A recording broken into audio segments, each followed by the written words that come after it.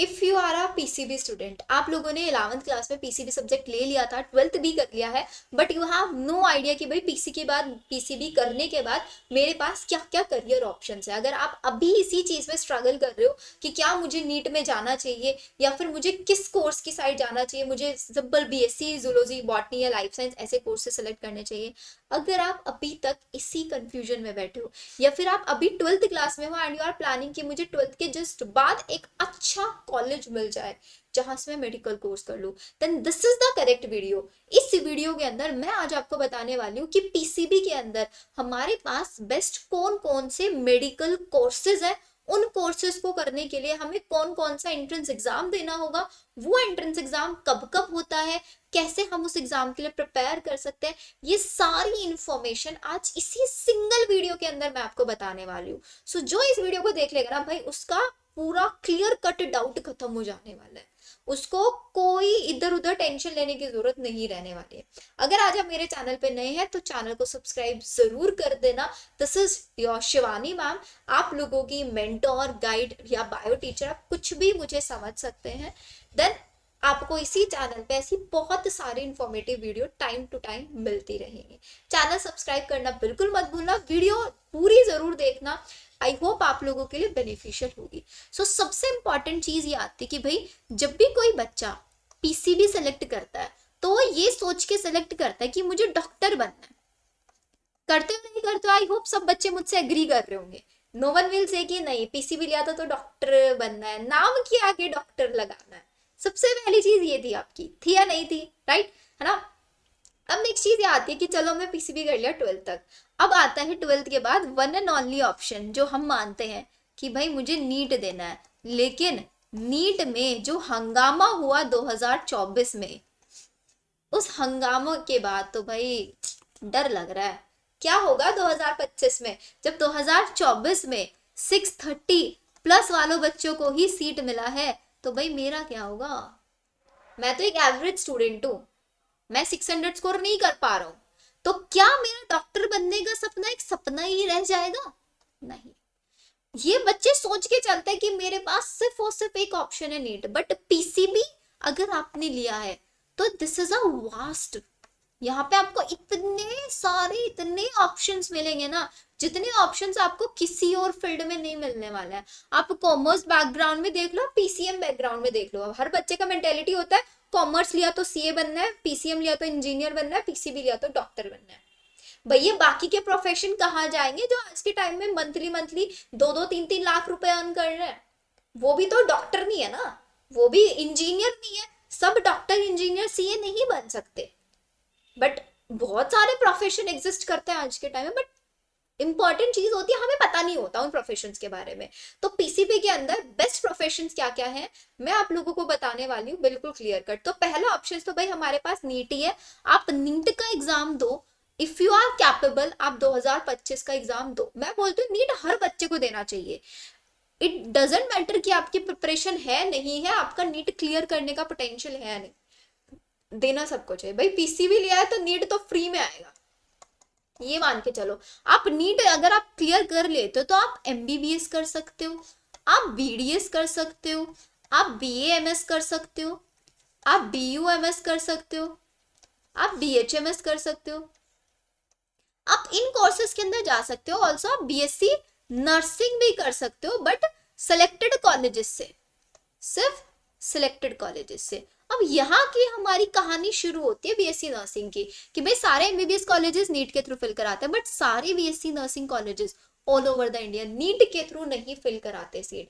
अब अगर मैं एक पोटेंशियल स्टूडेंट नहीं हूँ, I am an average student, मेरा कैपेबिलिटी नहीं है कि मैं दिन में 10-10 घंटे, भाई नहीं होता हमसे, हर बच्चा अलग होता है, हर बच्चे को हम नहीं बोल सकते कि आप 10-10 12-12 घंटे पढ़ाई करो, इट्स नॉट पॉसिबल। सो मैं क्या करूंगी, मैं अपनी पोटेंशियल के अकॉर्डिंग अपना करियर डिसाइड करूंगी। सो आप लोगों के लिए if you are a female student, बहुत बहुत सीरियस चीज मैं आपको बता रही हूँ। आज के टाइम में हमें पता है कि इंडिया डेवलप कर रहा है, डेवलपिंग कंट्री में है, बहुत मेंटेलिटी लोगों की चेंज हो, but we have some area जहाँ से मुझे गर्ल स्टूडेंट रीच आउट करती हैं कि दी अगर मेरा इस बार सिलेक्शन नहीं हुआ फैमिली शादी करा देगी, दी मुझे ड्रॉप नहीं लेने दिया जाएगा, दी फैमिली शादी के लिए प्रेशराइज कर रही है। दी मुझे कुछ भी करके इस ईयर एडमिशन लेना है किसी भी कोर्स में। अगर आपको लगता है कि आपके सामने भी ऐसी सिचुएशंस आज नहीं तो कल आने वाली है, सो आपको एक सेफ साइड में एक सेफ करियर सेलेक्ट करने की जरूरत है।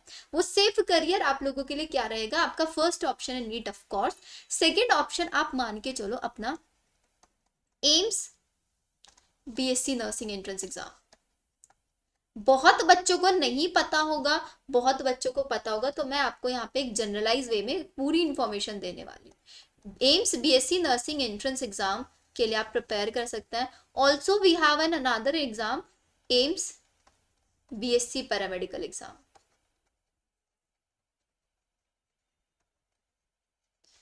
आप इसके लिए जा सकते हैं। आप किसी भी स्टेट से बिलोंग कर रहे हैं, आप अपना स्टेट नर्सिंग एग्जाम चूज कर सकते हैं। आप इनमें से किसी भी ऑप्शन में जा सकते हैं। AIIMS BSc nursing entrance exam is just only for girls. AIIMS BSc paramedical for both. आप स्टेट नर्सिंग में जाएंगे, दिस इज फॉर बोथ। आप स्टेट नर्सिंग के अलावा we have another one option which is RUHS, Rajasthan university से आप BSc nursing कर सकते हैं। This is again for both. मैं यहाँ पे गर्ल्स एंड बॉयज दोनों के लिए बताती हूँ, बिकॉज बहुत कमेंट्स में मैंने देखा बच्चे बोलते हैं कि दी आप सब गर्ल्स गर्ल्स के बारे में बताते हो, बट मैं यहाँ पे दोनों के बारे में बताऊंगी। सो अब अगर हम इन एग्जाम्स को कंपैरिजन करें, इसके अलावा हमारे पास और भी एग्जाम आ जाता है, जैसे कि वी हैव सीयूईटी। अगर आपको लगता है कि आपको टीचिंग फील्ड में जाना है, आपको रिसर्च में जाना है, तो आप सीयूईटी दे सकते हैं। ऑप्शंस और भी, बट मैं एक एवरेज स्टूडेंट आपको मान के चल रही हूँ, तो आप सीयूईटी का भी एंट्रेंस एग्जाम दे सकते हैं। आप किसी भी बीएससी ऑनर्स कोर्स में ज्वाइन कर सकते हैं। सेंट्रल स्टेट यूनिवर्सिटीज आप सेलेक्ट कर सकते हैं। So I start with AIIMS BSc nursing. तो मैंने आपको यहाँ पे कितने ऑप्शंस बता दिए? 3, 4, 5, 6। मैंने आपको टोटल 6 करियर ऑप्शंस बता दिए जिसके अंदर आप जा सकते हो आफ्टर टेकिंग पीसीबी। इसके अलावा बहुत सारे ऑप्शंस हैं, अब और भी बहुत सारे ऑप्शंस हैं, सब बताऊंगी वन ऑन वन करके। सो अगर आप इनका सिलेबस कंपैरिजन देखोगे तो सबका सिलेबस सेम है, 11th and 12th NCERT based syllabus. अगर आप सीयूईटी की बात करेंगे तो ऑफकोर्स यहाँ पे सिर्फ और सिर्फ 12th है, और आरयूएचएस में भी सिर्फ 12th है। सो आपको अपना पोटेंशियल आइडेंटिफाई करना है कि क्या आप सिर्फ 12th का ही सिलेबस कर सकते हैं। आप नहीं कर सकते 11th, मैं कितनी भी मेहनत कर लूँ, तो आप आरयूएचएस और सीयूईटी के अंदर जाओ। अगर आपको लगता है कि नहीं मैं थोड़ी मेहनत करूंगा तो मैं कर सकता हूँ, तो आप 11th भी सेलेक्ट करो। लेकिन बच्चे क्या करते हैं ना, 11th 12th बड़ा सिर्फ नीट में जाते हैं और ऑप्शन को देखते ही नहीं है। But you have more and मोर भाई, अगर आपने पढ़ाई की है तो आप सारे बेनिफिट उठाओ ना। आप नीट भी दो, एम्स बीएससी नर्सिंग भी दो, पैरामेडिकल भी दो, स्टेट नर्सिंग भी दो, आरयूएचएस भी दो, सारे एग्जाम दो, एक ना एक जगह तो सिलेक्शन होगा ना। बस क्या होगा भाई, थोड़े पैसे लग जाएंगे, 8-10 हज़ार रुपए लग जाएंगे आपके इन सारे एंट्रेंस एग्जाम के फॉर्म फिल करने में। तो भाई आपका एक साल बर्बाद होना, आपकी पूरी लाइफ बर्बाद होने से तो 10 हज़ार रुपए बर्बाद होने वही है। और जब हमें लगता है ना अरे 10 हज़ार लग रहा है, तो हमारी मेहनत ही अलग होती है, एक अलग ही मोटिवेशन मिल जाता है कि भाई घर वालों ने पैसे दिए। बहुत ताने मार के घर वाले देते हैं, आई नो। एक बार एग्जाम क्लियर नहीं हो तो सेकेंड ईयर ड्रॉप लोगे ना, तो हर कोई आके टोंट आपको देगा। तो नेक्स्ट चीज आपको करनी है कि भाई अगर आप टारगेट है कि मुझे एनी हाउ मुझे एग्जाम क्रैक करना ही करना है, एडमिशन लेना ही लेना है, तो आपको सारे एंट्रेंस एग्जाम टारगेट करना है। आपका जो सिलेबस करने का अप्रोच होना चाहिए that should be conceptual based, कि भाई मुझे अपने कॉन्सेप्ट्स क्लियर करने हैं और मुझे एनसीईआरटी बेस्ड क्वेश्चन प्रैक्टिस करना है। आप एनसीईआरटी बेस्ड क्वेश्चन प्रैक्टिस करके आप कोई भी एंट्रेंस एग्जाम दे दो, आप हर एक एंट्रेंस एग्जाम क्वालिफाई करोगे अगर आपने अपने कॉन्सेप्ट्स क्लियर किए हुए हैं। अगर आप बात करोगे AIIMS BSc nursing entrance exam की, तो ये जून के फर्स्ट वीक में होता है। आप एम्स बीएससी पैरामेडिकल की बात करोगे तो ये आपका जुलाई फर्स्ट वीक में होता है। स्टेट नर्सिंग एग्जाम भी आपका जुलाई फर्स्ट वीक में होता है। आरयूएचएस आपका अगस्त में होता है, और सीयूटी आपका मिड मई में होता है।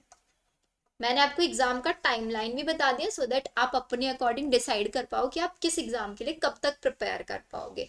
नेक्स्ट चीज ये आती है कि इन एग्जाम्स के एंट्रेंस फॉर्म कब आता है। तो अगर आप इनके रजिस्ट्रेशन की बात करोगे तो रजिस्ट्रेशन की सारी डिटेल आपको मेरे चैनल पे मिलेगी, सारे एग्जाम की रजिस्ट्रेशन डिटेल, कैसे फॉर्म फिल करना है, सारे डॉक्यूमेंट, हर चीज मैं आपको बताने वाली हूँ।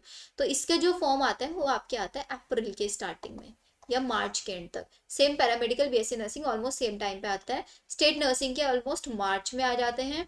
आरयूएचएस के जो फॉर्म होता है वो अप्रॉक्स जुलाई या जून एंड में आप मान के चलो आता है। और सीयूटी का फॉर्म तो अभी आ जाएंगे, लाइक फैब के अराउंड तक आ जाता है।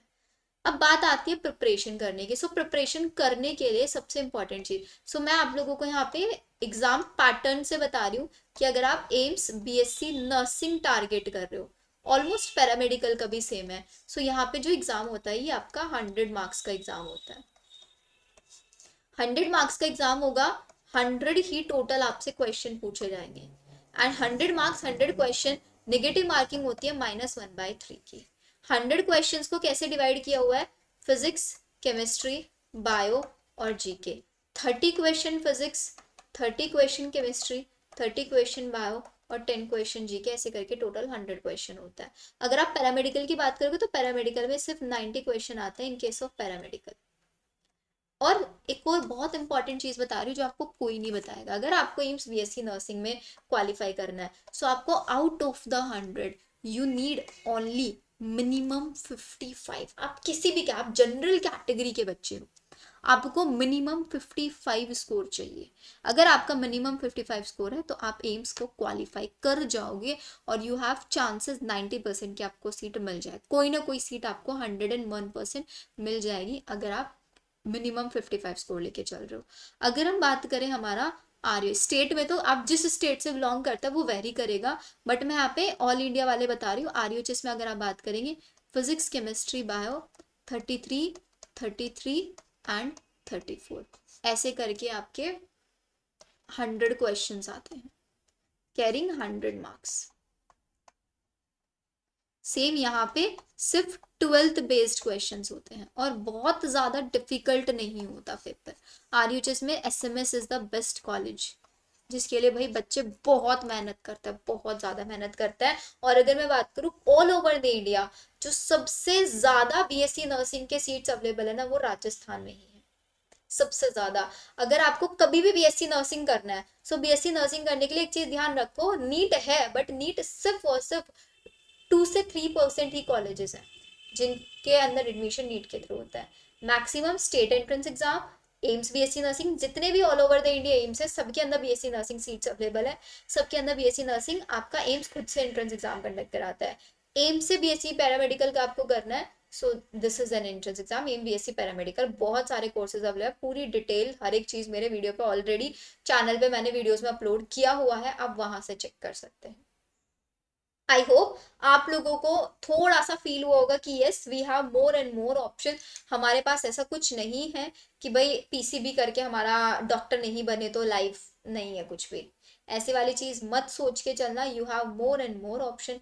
पढ़ाई करो, मेहनत करो, द बेस्ट थिंग है कि आपको एक बेस्ट अप्रोच फॉलो करनी है। अगर आपने बेस्ट अप्रोच फॉलो कर लिया तो no one can beat you. Seriously I am saying no one can beat you.